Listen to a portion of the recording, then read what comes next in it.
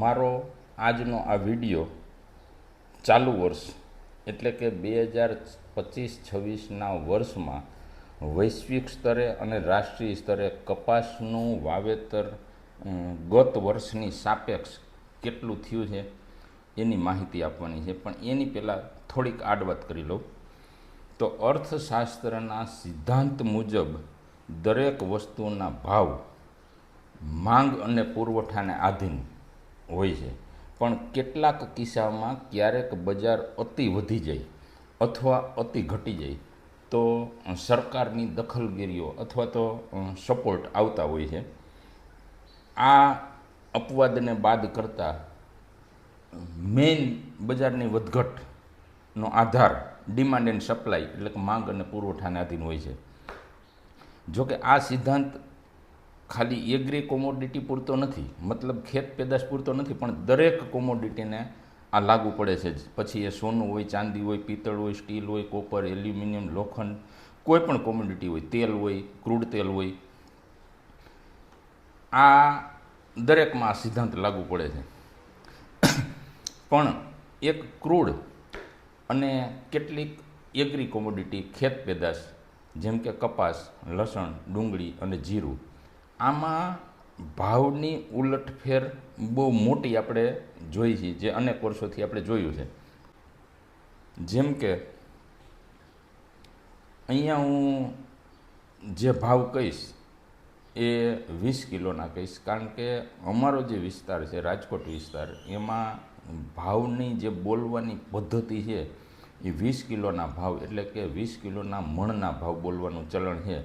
એટલે અમે અવારનવાર 20 કિલોના જ ભાવ બોલતા હોઈએ છીએ, જેથી કરીને અમારી એક ટેવ હોય છે. એટલે અહીંયા હું જે ભાવ બોલીશ એ 20 કિલોના બોલીશ. તો ભાવમાં કેવી કેવી વધઘટ થાય છે એના ઉદાહરણ દઉં તો 2800 રૂપિયાનો કપાસ થઈ ગયો હોય એ 2 વર્ષ પછી પાછો 1400માં કોઈ લેવાવાળું ન હોય. 12,000 જીરાના ભાવ થઈ ગયા હોય એ વર્ષો સુધી 4-5 હજાર જળવાઈ રહે. 300નું 200નું લસણ હોય એ 6-7 હજાર જોઈ અને વળી પાછું 1000-1200માં લેવાવાળા ન હોય. એવું જ 1000 અને 2000ના ભાવ જોયેલી ડુંગળી 20 રૂપિયામાં કોઈ લેવાવાળું ન હોય. આટલી મોટી એગ્રી કોમોડિટીમાં વધઘટનું મુખ્ય કારણ સપ્લાયમાં મોટો ઉલટફેર, અને સપ્લાયમાં મોટો ઉલટફેર થવાનું કારણ ઉત્પાદનમાં મોટી વધઘટ, અને ઉત્પાદનમાં મોટી વધઘટ થવાનું કારણ વાવેતરમાં મોટો ઘટાડો અથવા વધારો. વાવેતરમાં મોટો ઘટાડો અને વધારો થવાનું કારણ, મેઇન કારણ,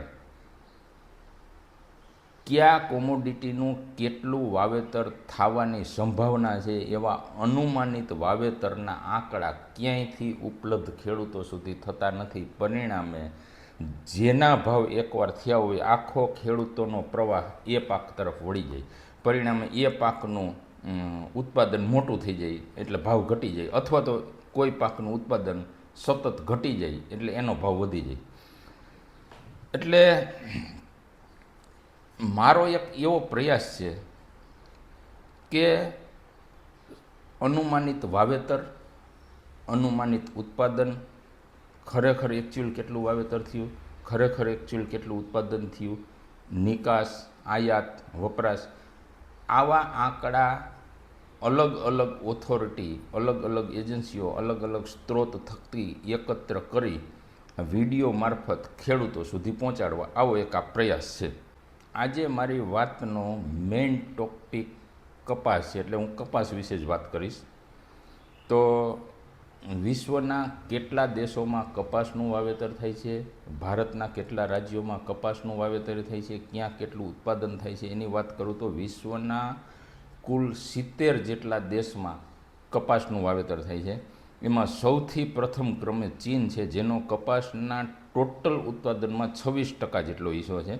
બીજા ક્રમે ભારત છે, એના કુલ ઉત્પાદનમાં 21% જેટલો હિસ્સો છે. અને ત્રીજા ક્રમે બ્રાઝિલ 14% અને ચોથા ક્રમે US 12%.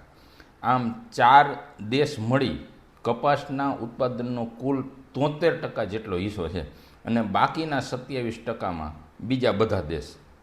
હવે જો ભારતની વાત કરું તો ભારતના કુલ 11 રાજ્યોમાં કપાસનું વાવેતર થાય છે. એમાં 2023-24 સુધી ગુજરાત પ્રથમ ક્રમે હતું, પણ ગત વર્ષ એટલે કે 2024-25થી કપાસ ઉત્પાદનમાં મહારાષ્ટ્ર ગુજરાતને ક્રોસ કરી ગયું છે. એટલે હવે અત્યારના છેલ્લા લેટેસ્ટ આંકડા કહું તો કપાસ ઉત્પાદનમાં 28.33% હિસ્સો મહારાષ્ટ્રનો છે, બીજા ક્રમે ગુજરાત 26.73%, ત્રીજા ક્રમે તેલંગાણા 16.35%.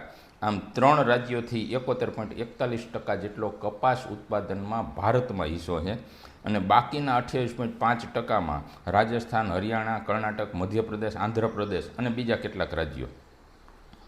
હવે મુખ્ય મુદ્દો એ છે કે આ વર્ષ એટલે કે 2025-26ના વર્ષમાં રાષ્ટ્રીય સ્તરે અને આંતરરાષ્ટ્રીય સ્તરે કપાસના વાવેતરમાં ગત વર્ષની સાપેક્ષ કેટલો વધારો કે ઘટાડો થયો એના આંકડા આપું તો વૈશ્વિક સ્તરે લગભગ જે અત્યારે લેટેસ્ટ આંકડા આવ્યા એ મુજબ કપાસના વાવેતરમાં 1% જેટલો ઘટાડો છે, અને ભારતમાં 3% જેટલો ઘટાડો નોંધાયો છે.